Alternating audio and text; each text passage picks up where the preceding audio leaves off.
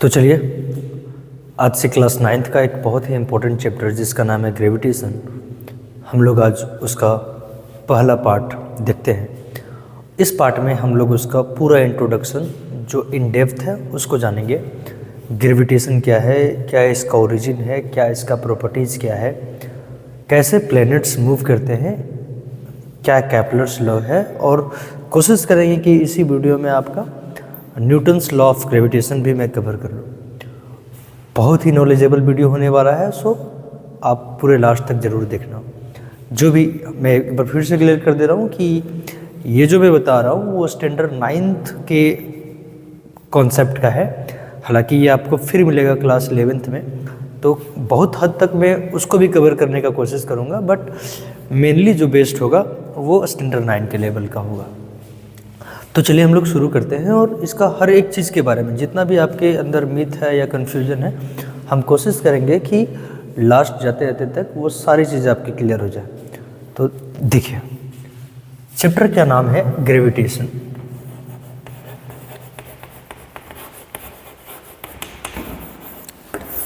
ठीक है, we all know, शुरुआत से ही आप लोग कहानी एक सुने होंगे कि न्यूटन के ऊपर एक सेब का पेड़ ये फल गिरता है और वो सोचते हैं कि ये मेरे ऊपर ही क्यों गिरा, नीचे क्यों आया, ऊपर ही क्यों आया। मुझे नहीं पता इसमें कितनी सच्चाई है, कितनी मिथ है या कितना कहानी है, मुझे उसके बारे में नहीं जानकारी है। लेकिन हम लोग जानेंगे कि ऐसा क्यों होता है, ये जानने का कोशिश करेंगे। सबसे पहले आपको जानना पड़ेगा ग्रेविटेशन है क्या, ये क्यों आता है। तो आफ्टर मैनी ऑब्जर्वेशंस एंड बहुत सारी चीज़ें हुई, जैसे कि कौन कौन की, आप बोलिएगा सर ये शुरुआत कहाँ से होता है। तो आपको पता होना चाहिए कि पहले के ज़माने में, अभी से 500-600 साल पहले या उससे भी पहले, साइंटिस्ट नाम का कोई नेम का कोई चीज़ नहीं होते थे। पहले फिलोसफर होते थे, है ना। तो उसी में एक बहुत ही महान फिलोसफर रहे जिनका नाम था एरिस्टोटल। क्या नाम था उनका? हम लोग थोड़ा सा हिस्ट्री को जान रहे हैं, ग्रेविटेशन का हिस्ट्री को।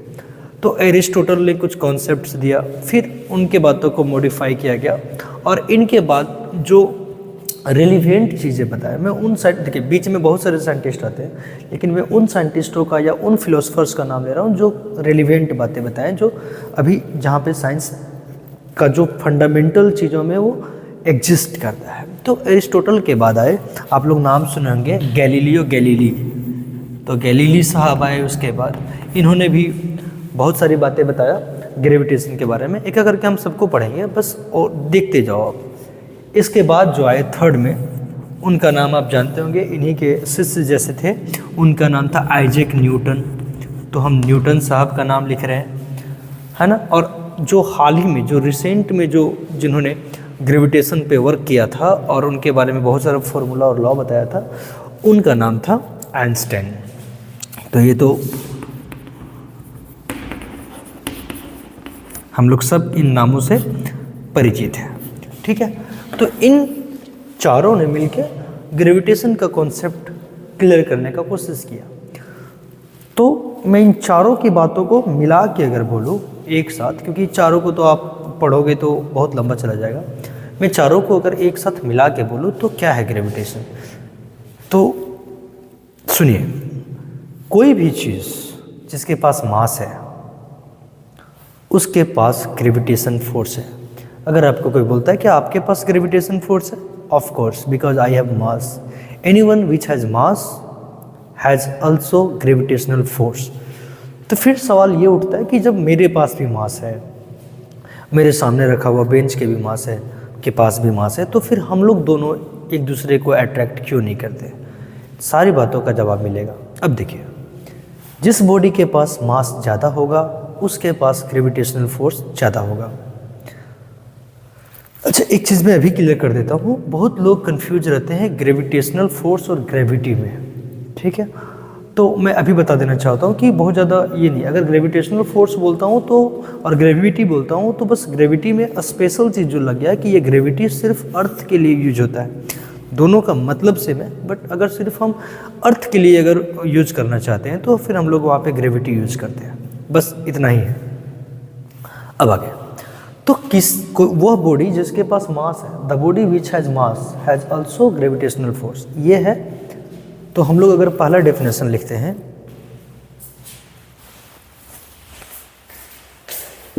मैं इन चारों का निचोड़ बता रहा हूं आपको।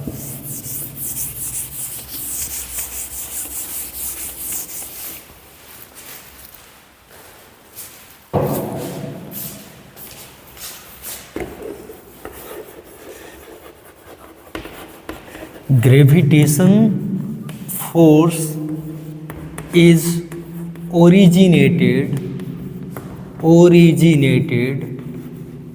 by virtue of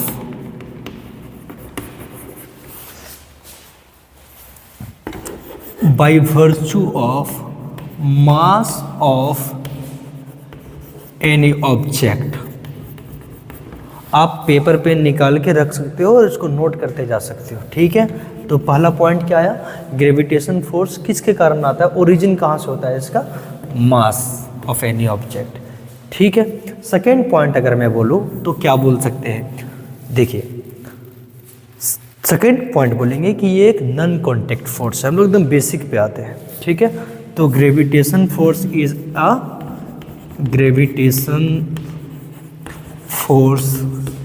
is a non contact force. ये दूसरा पॉइंट हो गया। अभी पॉइंट बाय पॉइंट हम लोग बात करेंगे और बहुत कुछ बात करने को है।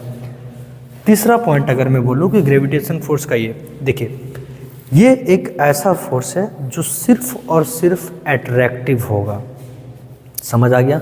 मतलब ये कभी किसी को रिपेल नहीं कर सकता, means it is always a attractive force. तो थर्ड पॉइंट हो गया, इट इज ऑलवेज अ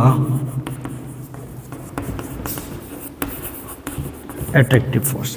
अब देखिए दूसरा, अगर मैं मान लो कि हम बात करते हैं चार्ज का, करंट का या चार्ज का जब बात करते हैं तो उसमें क्या होता है, चार्ज में क्या होता है कि वो अट्रैक्ट भी कर सकता है और रिपेल भी कर सकता है, दोनों। पॉजिटिव रिपेल करेगा, पॉजिटिव नेगेटिव अट्रैक्ट करेगा। लेकिन ग्रेविटेशन फोर्स ऐसा नहीं है। हाँ, ये इन दोनों में अंतर है। इलेक्ट्रिक फोर्स जो लगता है वो सिर्फ चार्ज के बीच, और ये लगेगा मासेस के बीच। अगर दो मास रखा हुआ है, दो मास, अगर if there are two object which have masses, then there will be gravitational force will be applied. Okay, मुझे उम्मीद है कि आपको समझ में आ रहा है। ये तीसरा पॉइंट हो गया। चौथा, अगर मैं चारों साइंटिस्ट का सबको मर्ज करके मैं बता रहा हूँ, इसलिए ज़्यादा ज़रूरी है, ध्यान से सुनिएगा। स्टैंडर्ड 9 के लेवल का हर एक चीज़ बता रहा हूँ आपको, ठीक है, या उससे ऊपर का भी बता रहा हूँ, और आगे तो और भी बहुत सारी चीज़ें बताऊँगा मैं। अगला, it is always attractive force. अगला सुनिएगा, ये पूरे ब्रह्मांड का, पूरे यूनिवर्स का, इसके पास सबसे ज़्यादा लंबा रेंज है। इसका मतलब ये हुआ, एक प्लेनेट दूसरे प्लेनेट के ऊपर क्या लगा रहा होता है, ग्रेविटेशनल फोर्स। सन अर्थ के पे लगा रहा है, अर्थ मून पे लगा रहा है, सब एक दूसरे पे लगा रहा है। तो सोच लीजिए कि इसका रेंज कितना ज़्यादा है। आ रहा है आपको समझ में? तो इसका जो रेंज होता है वो सबसे ज़्यादा होता है इस यूनिवर्स में। इसी में अगला बात ये है, लेकिन ये सबसे वीकेस्ट फोर्स है। रेंज तो बहुत ज़्यादा है लेकिन ये वीकेस्ट फोर्स है। तो नेक्स्ट पॉइंट हम लोग लिखेंगे कि it's range is largest in the universe but it is also weakest force of the universe। उम्मीद है आपको समझ में आया होगा। रेंज तो इसका ज़्यादा होता है, सबसे ज़्यादा होता है, लेकिन उतना ही एक कमज़ोर फोर्स है, ठीक। तो स्टैंडर्ड 9 में इसके बाद जो पढ़ना है वो पढ़ना है कि आखिर प्लैनेट्स मूव कैसे करते हैं। तो इसको जो बताया उनका नाम था कैपलर। क्या नाम था उनका? जोहान कैपलर उनका पूरा नाम है। कैपलर के नाम से वो बहुत फेमस हुए। इन्होंने प्लैनेट्स का मोशन के बारे में बताया, तो उसका नाम पड़ता है केपलर्स लॉ ऑफ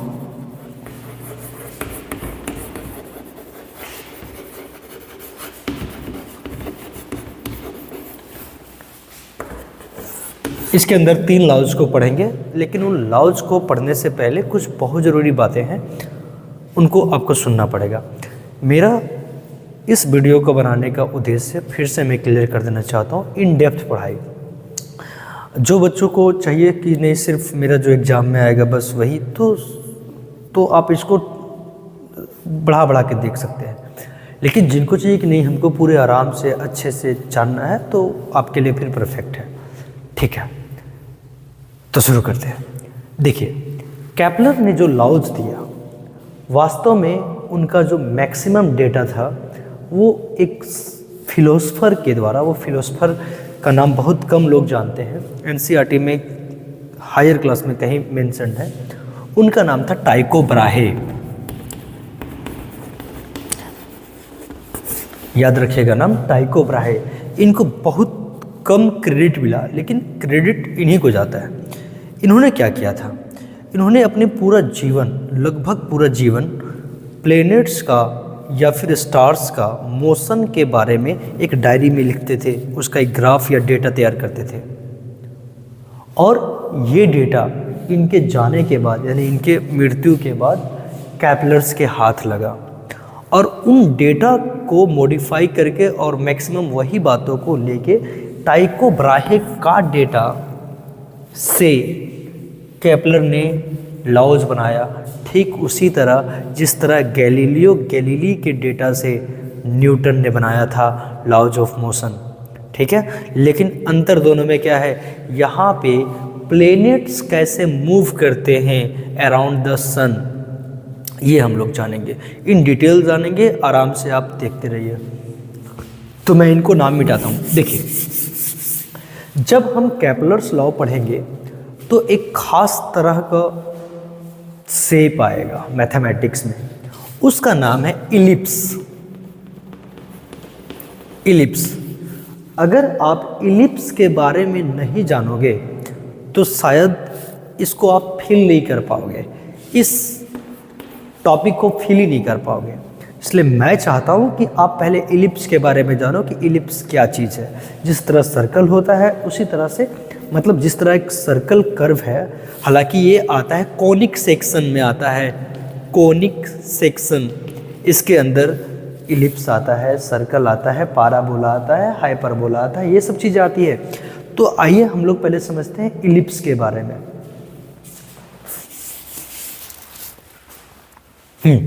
तो देखिए, इस तरह का शेप होता है इलिप्स का। इसका जो सबसे खास बात है कि देखिए, इस इलिप्स के अंदर 2 फोकस होते हैं, 2 फोकस। मान लीजिए ये फोकस F1 है और यहाँ पे फोकस F2 है, ये ध्यान रखिएगा। और इसका डेफिनेशन क्या है या ख़ास बात क्या है, इसको जानना बहुत ज़रूरी है। देखिए, इस कर्व के ऊपर कहीं पर भी आप एक पॉइंट ले लेते हैं, मान लीजिए ये पॉइंट P है। अब इससे लाइन ज्वाइन कीजिए एक फोकस तक का, ध्यान से सुनिएगा, यहाँ से एक फोकस तक का लाइन ज्वाइन किए, फिर इसी पॉइंट से दूसरे फोकस को जोड़िए और दोनों का लेंथ लिख लीजिए। मान लीजिए कि ये था 5 मीटर और ये था 10 मीटर, दोनों को जोड़ने पे कितना आया, 15 मीटर। ध्यान से सुनिएगा। अब कहीं पे भी और आप पॉइंट ले लीजिए, मान लेते हैं कि एक और पॉइंट लेता हूँ यहाँ पे Q। अब सेम काम करना है, इसको यहाँ से इस फोकस से जोड़ना है, इसको इस फोकस से जोड़ना है। इन दोनों को भी जब जोड़ेंगे ना तो 15 ही मीटर आएगा। इसका मतलब ये हुआ कि हमेशा जो डिस्टेंस होता है, सम ऑफ डिस्टेंस हमेशा कांस्टेंट होता है। ये है सबसे बड़ा प्रॉपर्टी ऑफ इलिप्स। फिर से अगर मान लीजिए यहाँ पे एक पॉइंट R ले लेते हैं, तो इस R से दोनों फोकस के बीच का दूरी का सम, the sum of distances from any point on the curve of the ellipse to the foci is always constant. It is the property of ellipse. मुझे उम्मीद है कि इलिप्स का क्या प्रॉपर्टी है, मैं फिर से समराइज कर देता हूँ। इलिप्स इस तरह का एक कर्व होता है जिसके पास दो फोकाई होते हैं। सर्कल में क्या होता है, एक सेंटर होता है, लेकिन इलिप्स के अंदर दो फोकाई होते हैं। अच्छा, एक चीज़ और, ये एक और तरह का शेप हो सकता है, इधर देखिएगा ध्यान से, ठीक है। ये एक और तरह का शेप हो सकता है, इस तरीके का,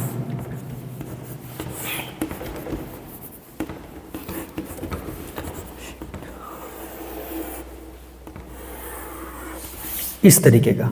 इन दोनों में क्या अंतर है, अगर आप ध्यान से देखिएगा तो आपको पता चलेगा कि देखिए, इस वाला केस में ये ओरिजिन है आपका, ये भी ओरिजिन है। इस वाला केस में ये वाला पार्ट, एक्स एक्सिस वाला पार्ट बड़ा है, ये वाला पार्ट छोटा है। तो जो बड़ा वाला पार्ट होता है उसको बोलते हैं मेजर एक्सिस। इसका नाम है सिर्फ यहाँ से यहाँ तक को बोलते हैं मेजर एक्सिस, और यहाँ से यहाँ तक को बोलते हैं माइनर एक्सिस। क्या बोलते हैं? Minor axis. ये बाद में थर्ड लॉ में काम आएगा, ये थर्ड लॉ में काम आएगा, इसलिए ध्यान से सुनिए। इस वाला केस में क्या है, देखिए, तो ये वाला पार्ट, वाई एक्सिस वाला पार्ट ज़्यादा लंबा है, तो ये कहलाएगा मेजर एक्सिस, और ये वाला पार्ट क्या कहलाएगा? Minor axis. उसी तरह आधा, मेजर एक्सिस का आधा वाला पार्ट को बोलेंगे सेमी मेजर एक्सिस, और ये माइनर वाला का आधा पार्ट को बोलेंगे माइनर एक्सिस। पूरा मेजर एक्सिस, आधा सेमी मेजर एक्सिस। मुझे उम्मीद है आपको समझ में आ गया कि इलिप्स क्या होता है, इसका प्रॉपर्टी क्या है। अब हम लोग बताएंगे केपलर्स लॉ। इसके अंदर 3 लॉज हैं और तीनों को हम लोग एक करके पढ़ेंगे।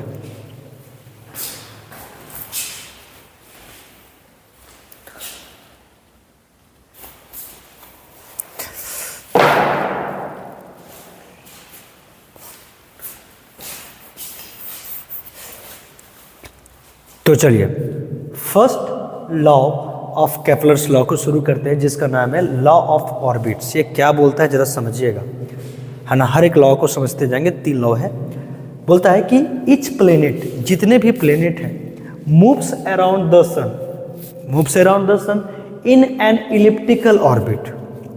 थोड़ा सा कंपेयर करते हैं। पढ़ने का सबसे अच्छा तरीका है कंपैरिजन।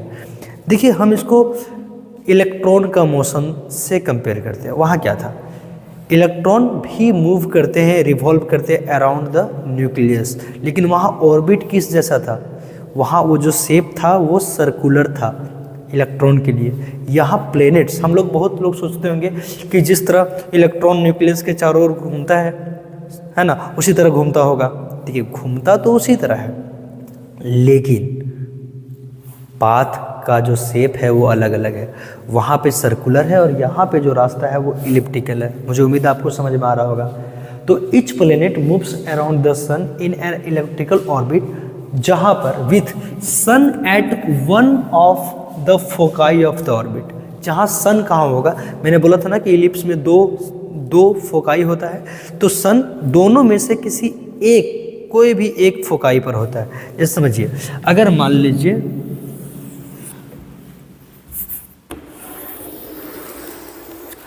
ये आपका इलिप्टिकल ऑर्बिट है, यहाँ पे मान लीजिए कि एक अर्थ जो है वो मूव कर रहा है, तो ये 2 फोकस हैं, यहाँ और यहाँ। तो इन दोनों में से किसी एक जगह पर क्या होगा? सन होगा। यही ये ऑर्बिट, यही ये लॉ बताना चाहता है। समझ में आ गया? फिर से, हर प्लेनेट सन के अराउंड मूव करता है। रास्ता कैसा होता है? इलिप्टिकल। जहाँ पर सन कहाँ होता है?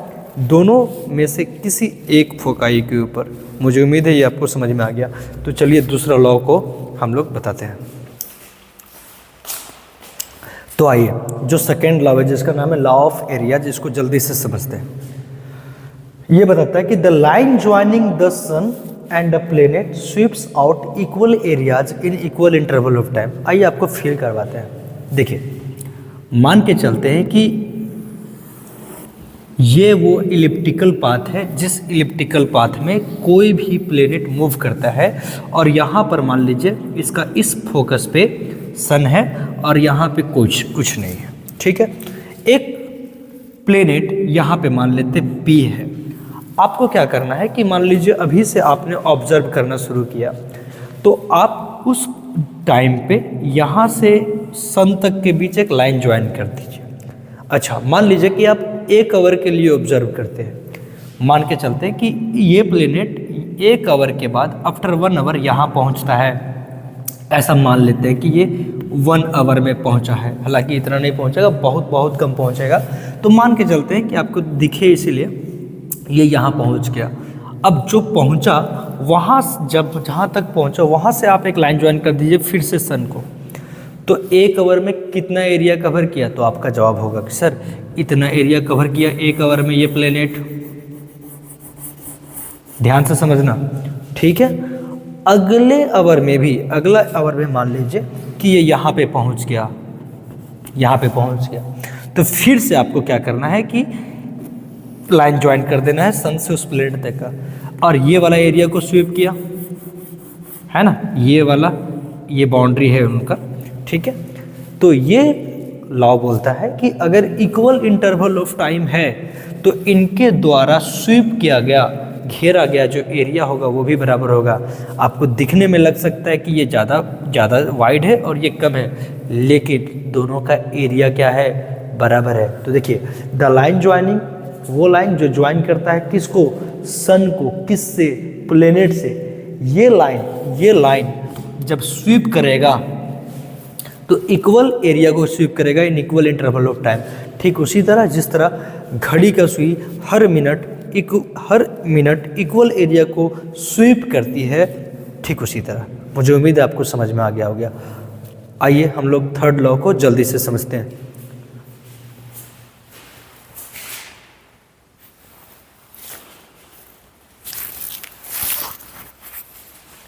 तो चलिए इसको समझते हैं। थर्ड लॉ का बोलते हैं लॉ ऑफ पीरियड्स। इसमें ये टाइम पीरियड के बारे में बात करेगा। ये पहले मैं पढ़ता हूँ, उसके बाद मैं समझाऊंगा एक एक बातों को।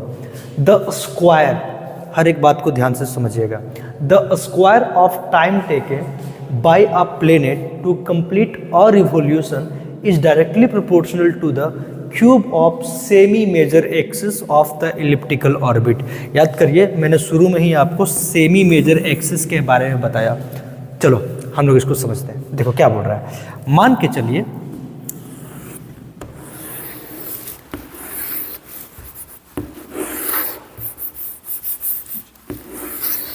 ठीक है, यहां पर सन है या फिर यहीं पे आपका एक सन है, यहां पर कोई प्लेनेट है। इस प्लेनेट को एक कंप्लीट रिवॉल्यूशन करने में मान लेते हैं कि टी टाइम लगता है, ठीक है। अच्छा, ये अगर एक फोकाई है, ध्यान से देखिएगा यहाँ पे, तो ये इसका दूसरा फोकाई हो ये अगर एक फोकस है तो दूसरा फोकस होगा। हम यहाँ पे बना रहा हूँ, मैं इसको मैथमेटिकली मैं समझाने का कोशिश कर रहा हूँ। ये वाला जो दूरी है, याद करिए इसका क्या नाम था? इसी का नाम था सेमी मेजर एक्सिस। ये पूरा दूरी का नाम था, ये पूरा distance was known as major axis. ये माइनर एक्सिस, इसका नाम है मेजर एक्सिस, ठीक है।